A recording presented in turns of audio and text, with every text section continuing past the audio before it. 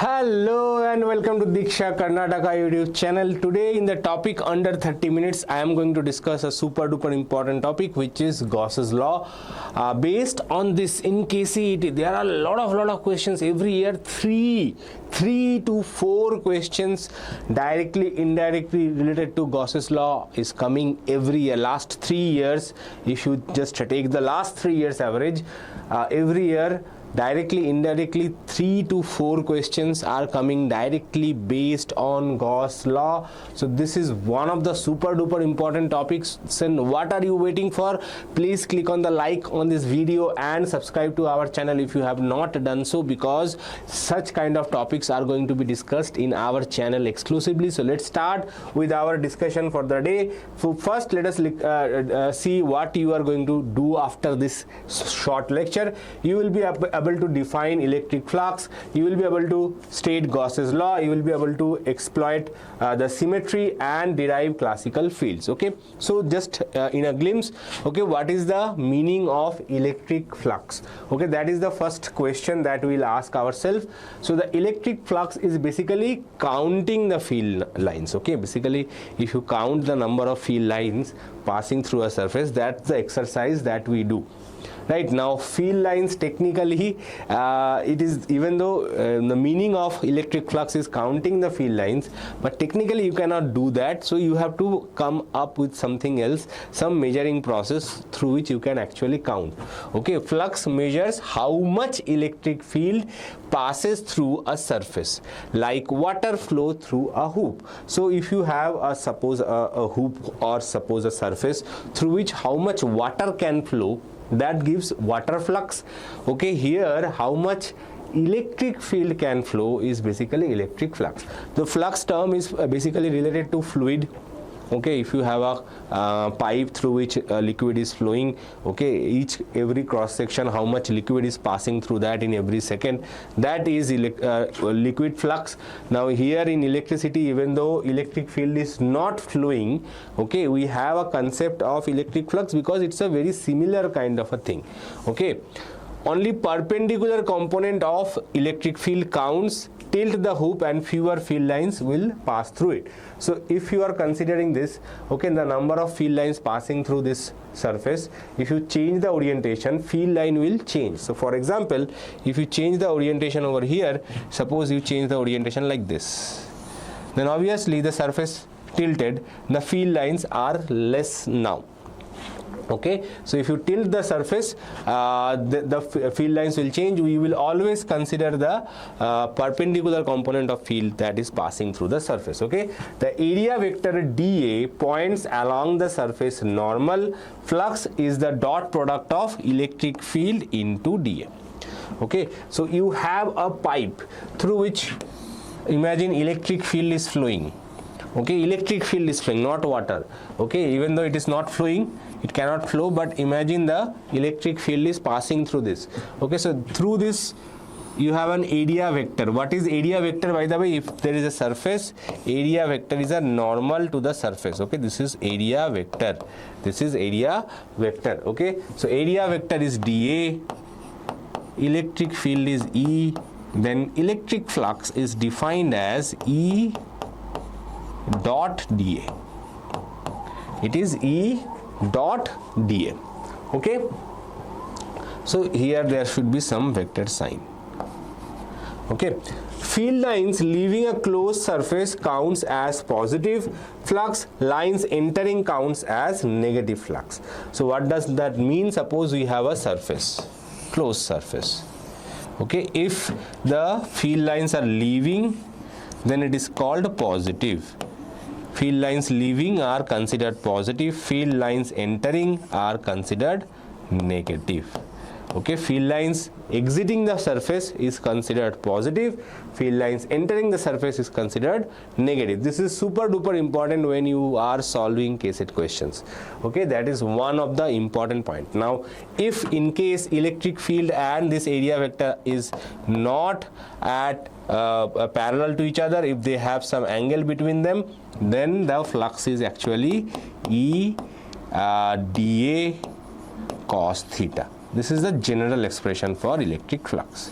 Okay, this is also super duper important concept.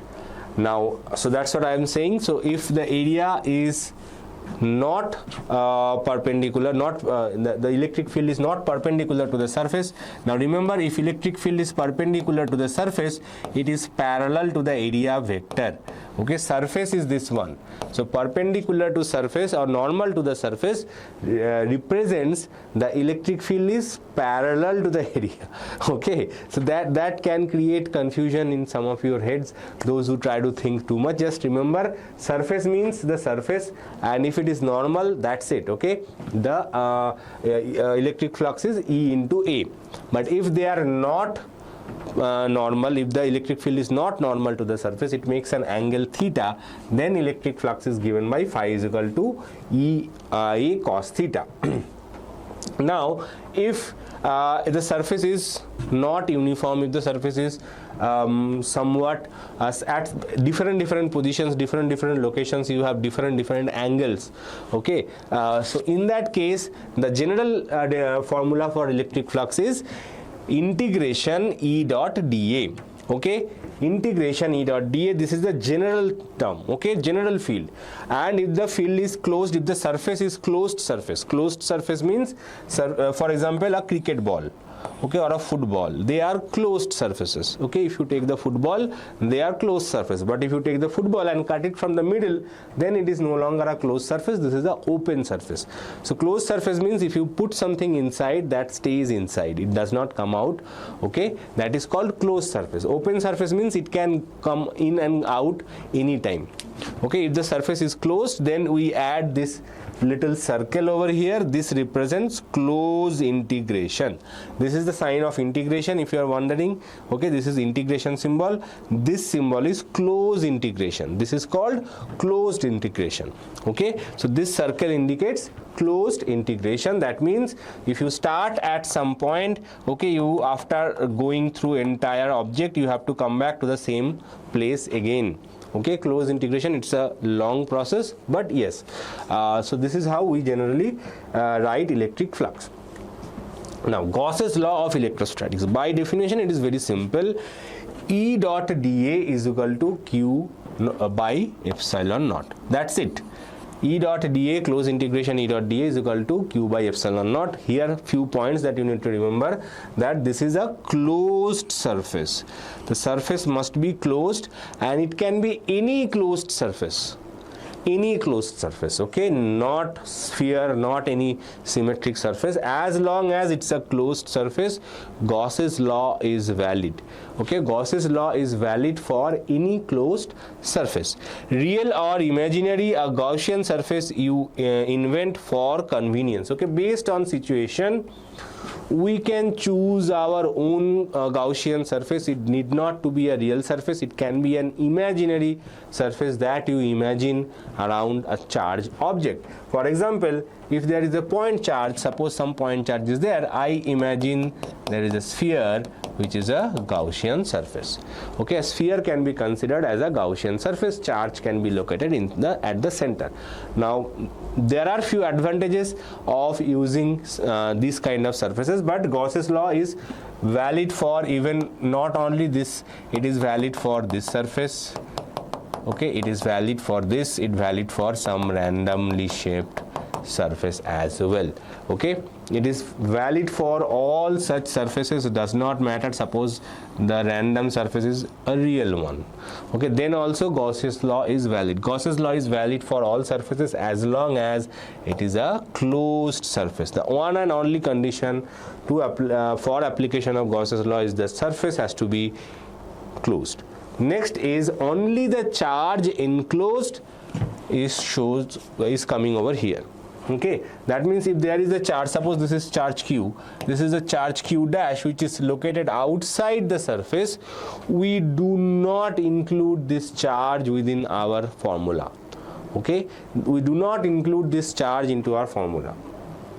Okay, and another point is that this electric field E, if there are two charges, say Q and Q dash, if you are trying to find electric field E over here, then electric field is due to both the charges.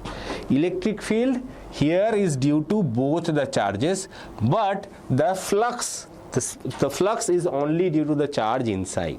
So that is the beauty of Gauss's law. Okay, electric field is due to both the charges, but the flux that is coming out of this is only due to this. Remember, Gauss's law does not talk about electric field directly, it only talks about electric flux.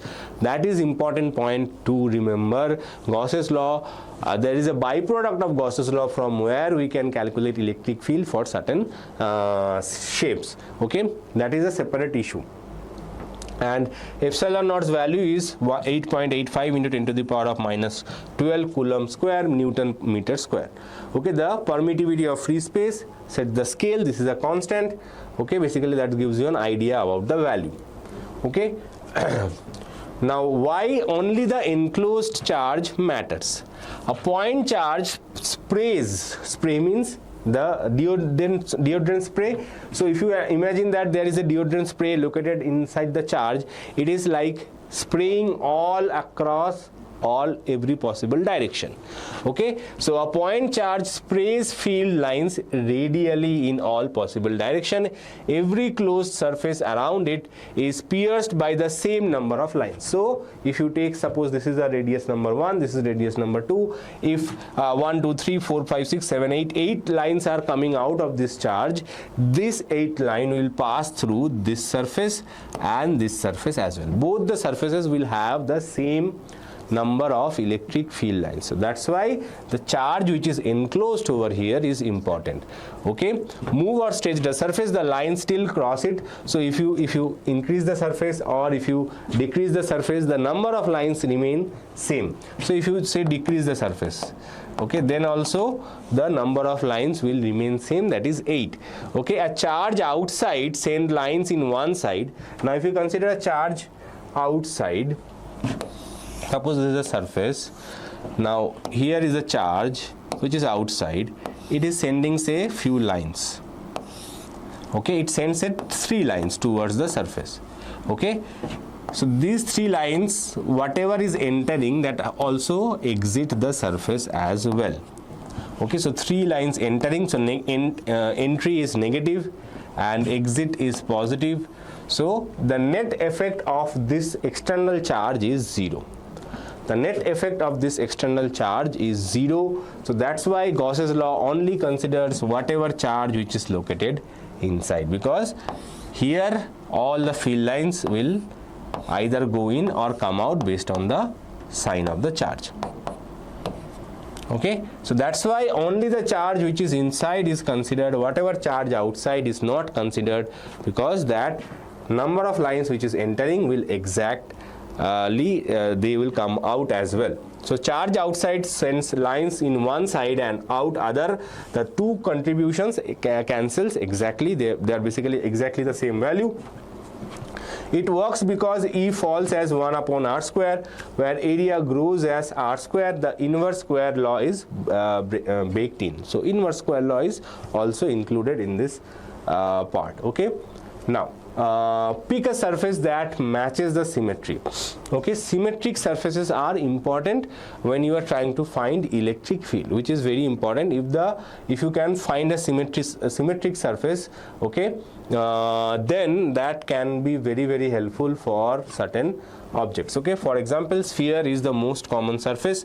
Okay, if there is only one single charge which is located at the center of this, okay, then you can use a spherical object. Okay, if we have a charged sphere as well, if you have a charged sphere, charged shell, in all these cases you can use spherical surfaces. Okay, point charge and charged spheres. So in those cases you can apply Gauss's law using the imaginary surface or the Gaussian surface as sphere. If the charge is point charge, what Gaussian surface you will choose? You will choose spherical surface. Okay, because it's radial and outward, so that is one of the most easiest surface to choose. So if the point charge or a sphere, you will choose spherical Gaussian surface. Now cylinder's diagram is slightly wrong. Let me correct it. Okay. Okay, so we choose cylinders also in some cases. Okay, infinite line and long wires. If the wire, if we have a long current carrying wire, then we choose a cylindrical Gaussian surface. Okay, so this is the another symmetric surface. Again, here the symmetry is along the axis, so you need to consider what is the angle of symmetry. Okay, angle of symmetry in case of point charge is spherical, right? But it is a all unidirectional symmetry. But for a straight line, it has to be axial symmetry, and only cylinder can give you. Pillbox is just like a small, very small three-dimensional box. Okay, this is used for surfaces, plane surface. If we have a plane infinitely long charged surface, then and we want to try to find the electric field due to this, then we use a small box like shape, that is called pillbox. Okay, pillbox is the box where you keep your medicine pills, something like that. I don't know why it is called pillbox, but maybe that is one of the possible reason. So this is a pillbox, which is basically for infinite planes, conductor surfaces. So in surface cases, plane surface, charged surfaces, we use pillbox shape. Okay, now next is point charge Coulomb's law recovered. So basically Gauss's law, from Gauss's law we actually come across the Coulomb's law, and in fact we get this constant that we wrote in our Coulomb's law. This is a byproduct of Gauss's law. Okay, this can be proven only using Gauss's law. Okay, initially when Coulomb gave his law, he assumed the constant to be 1. Okay, and later on the unit system was different. Okay, later on people realized the unit system used by Coulomb is not super relevant. We have to use SI system of units. Then Gauss's law, who is also very, very old. This law is not super new. You don't think that this is super new. Okay, so the Gauss's law came into rescue and said, okay, this is the SI constant, and now we use this equation.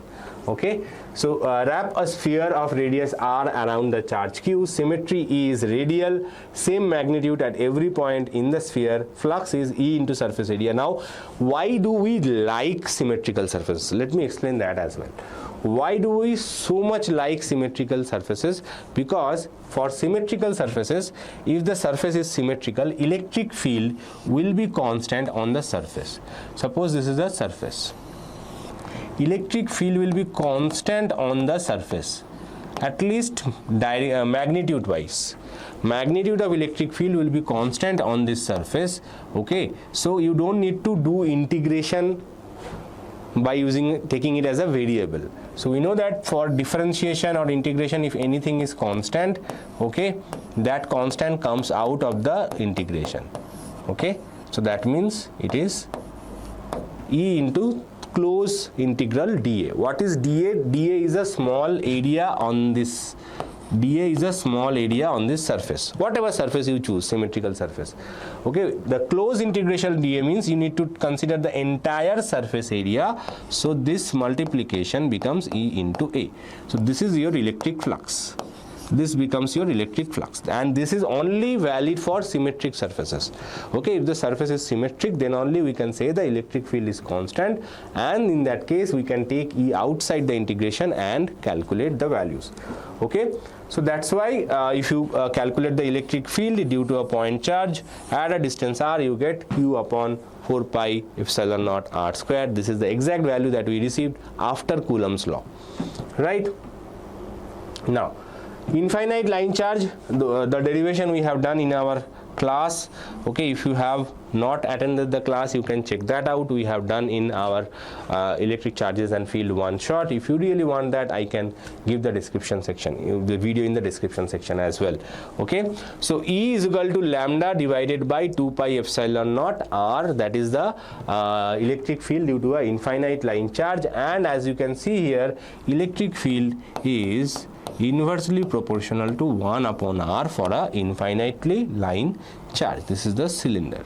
Okay, and this is the distance r. Okay, this is a very beautiful formula. So normally electric field is proportional to 1 by r square, but for a dipole it is 1 by r cube, and for a line charge it is 1 by r. Okay, now there is another surprise, which is infinite sheet. If it is a sheet, okay, this is a sheet, okay, the sheet is like this. Imagine this is a sheet, charge sheet. Okay, in that case we use Gaussian pillbox, and the electric field comes out to be E is equal to sigma upon 2 epsilon naught. Okay, so this is same at every distance. So that is a very unique thing.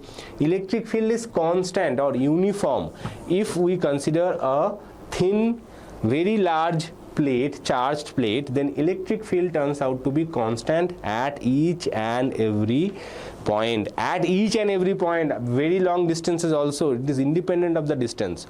Now in practicality, what is the meaning of this? We do not have an infinite sheet of charge. So in practicality, if we consider a charge sheet, okay, if we consider a charge sheet, finite distance, obviously we cannot have a infinitely long charge, okay. And if we want to find the electric field at some distance, if the distance is smaller, than the dimensions of the sheet, comparatively is much smaller, okay, so if R is very smaller than A, then electric field is still given by the same value, sigma by 2 epsilon naught. Okay, if R is very small, then we can still use this formula, sigma by 2 epsilon naught, for a charged sheet. Okay, charge sheet, near the charge sheet you can still use this formula. Okay, conductor in electrostatic equilibrium. Okay, so if you are considering a conductor means metals, okay, copper, iron, aluminium, they are all called conductor. So inside a conductor, what happens? Electric field is 0 inside. Inside the conductor, electric field is 0. Okay, outside the conductor, electric field falls off as 1 upon r square. Okay, all the charges are on the surface of the conductor. If you consider a conductor, all the charges that you give to the conductor, all these charges reside on the surface of the conductor. Okay, so electric field inside is 0. Okay, surface field is given by sigma by epsilon naught. Okay, pillbox, you can even calculate the surface electric field, you can calculate the outside surface as well. Okay, if it is a single charge, if it is a only conducting charge sheet, if it is a only charge sheet, okay, then it will be sigma by epsilon naught. If it is a charge sheet, it will be sigma by epsilon naught near the conductor. If it's an infinitely large plate, then it will be sigma by 2 epsilon naught. That is the difference. Okay, now common misconception about Gauss's law. So there are few misconceptions that you need to avoid. First of all, zero flux means zero field. So if phi equals to 0, is E equals to 0? No. Okay, zero flux means zero enclosed charge. E still can be large everywhere on the surface. Okay, so for example, you have a surface here. The charge is located outside the surface. So according to the Gauss's law, flux through this surface will be 0. But is electric field 0? Electric field has a value over here, electric field has a value over here, electric field has a value over here. Electric field will be, each and every point will have some value of electric field. But net flux through this surface is 0. Net flux is 0. So whatever field lines are entering, that same number of field lines are exiting, but electric field on the surface is not 0. So that is one misconception. So phi 0 does not relate or does not make E also 0. Next, E in the law comes only from the enclosed charges. As I mentioned, the electric field in the given formula of Gauss's law, it does not come from only the enclosed charges, it comes from the all the charges present. But the right hand side, when we write Q by epsilon naught, that is only the charge which is enclosed by the surface. Okay, Gauss's law can find E for any charge shape. Basically it is always true but useful finding electric field when symmetry makes E constant on the surface. You can use Gauss's law to calculate electric field, but for complicated surfaces it is not that useful, because then you have to do the integration manually. That means you have to take take small areas, calculate E and D everywhere and multiply it, which is very complicated. But yes, it can find E for any surfaces, any closed surfaces. But remember that it is easier for us to apply for symmetric surfaces. Okay, it is not that you cannot find electric field for any surfaces. You can find, but theoretically you can find. Practically it is easier for us to use only symmetric surfaces. Next, the Gaussian surface must be a real object. No, Gaussian surface can be an imaginary object as well. So here, suppose we have a charge sphere here. I want to find electric fields at some distance. I will just need to imagine a spherical surface. It did not to be necessarily be there in practical. Okay, reality need not to be there. You just need to imagine. It is basically an imagination. Okay, we are trying to find electric field at this distance, say R. Then we just need to imagine a Gaussian surface there. It need not to be a real physical object, right? So this is the summary of Gauss's law. So electric field, Gauss's law is given by E dot dA is equal to Q upon epsilon naught. Point charge sphere is E is equal to Q by 4 pi epsilon naught R square. Infinite line E is equal to lambda upon 2 pi epsilon naught R. Infinite sheet E is equal to sigma by 2 pi epsilon naught. And conducting surface, it is sigma by epsilon naught with E is equal to 0 inside the surface. Okay, so this is the basic chapter. I will give you 1 or 2 questions as well. Let's see so how much you have understood. First question: the net electric flux through a closed surface depends on. Okay, the net electric flux through a closed surface depends on the shape of the surface, the total charge enclosed by it, charges outside the surface, the material of the surface. Okay, electric flux, not electric field. Electric flux depends only on the total charge enclosed by it. Electric flux is dependent only on the charge enclosed by it. So option B is the correct answer. So if you are also thinking the same, then you are correct. A point charge Q sits at the center of a cube. The flux through one face is. Okay, so a point charge Q sits at the center of a cube. The flux through one face. So here we have a cube. Cube, how many surfaces does a cube have? Okay, if you forget, you need to draw it and count it. 1, 2, 3, 4, 5, 6. So cube has 6 surfaces. Okay, total flux is how much? Total flux is Q upon epsilon naught. Okay, you don't need to consider the area of the cube. That is not required. They might add the length, etc. to confuse you. You just remember flux is Q upon epsilon naught. Okay, area comes into the picture only when you are trying to find electric field. Here electric field is you are not calculating. You are trying to find the flux. Now through the 6 surfaces, the total electric flux is basically this. Now out of that we are trying to find only one surface. So for one surface, electric flux will be 1/6 of the total flux. It will be 1/6 of the total flux. So it will be Q by 6 epsilon naught. Interesting question. This is an easier version of this question. There was once a question came where the charge was located at the corner, and last year the charge was located at one surface. So try to think about that. What will be the electric flux in those cases? A charge is placed just outside a closed Gaussian surface. The net flux through the surface is. The charge is located just outside the closed surface. Then the flux through the surface is 0. Flux through the surface is 0. If it is outside, we don't bother. Okay, you have to be inside, right? Next, is the net flux through a closed surface is 0. The electric field on the surface must be 0 everywhere, may still not be non-zero at points, must be perpendicular to it, must be uniform, may still be non-zero at points. Electric flux 0 does not necessarily means flux is flux 0 does not necessarily mean electric field is 0. This is also a property of integration as well. Okay, so when you do integration of something, okay, if this side is 0, does not make this as 0. This can be a constant value as well. Okay, so that is one thing that you need to remember. Next is the electric field of an infinite line charge falls off with the distance r as. So electric field due to the infinite line charge falls off with 1 upon r square. The graph of this will be this. Sometimes they might give you graph based questions as well.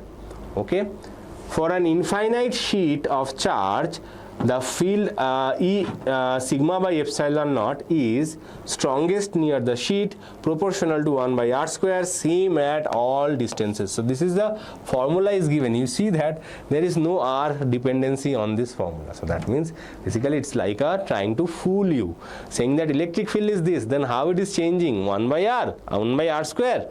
You have to remember that electric field due to a charge sheet, it is constant everywhere. Okay.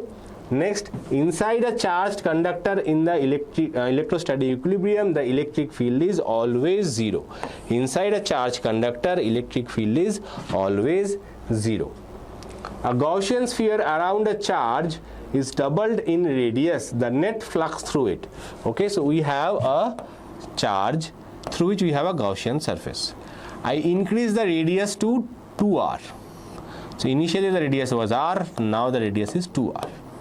What happens to the electric flux? Electric flux does not depend on the shape or size of the Gaussian surface. It only depends on the charge enclosed in it.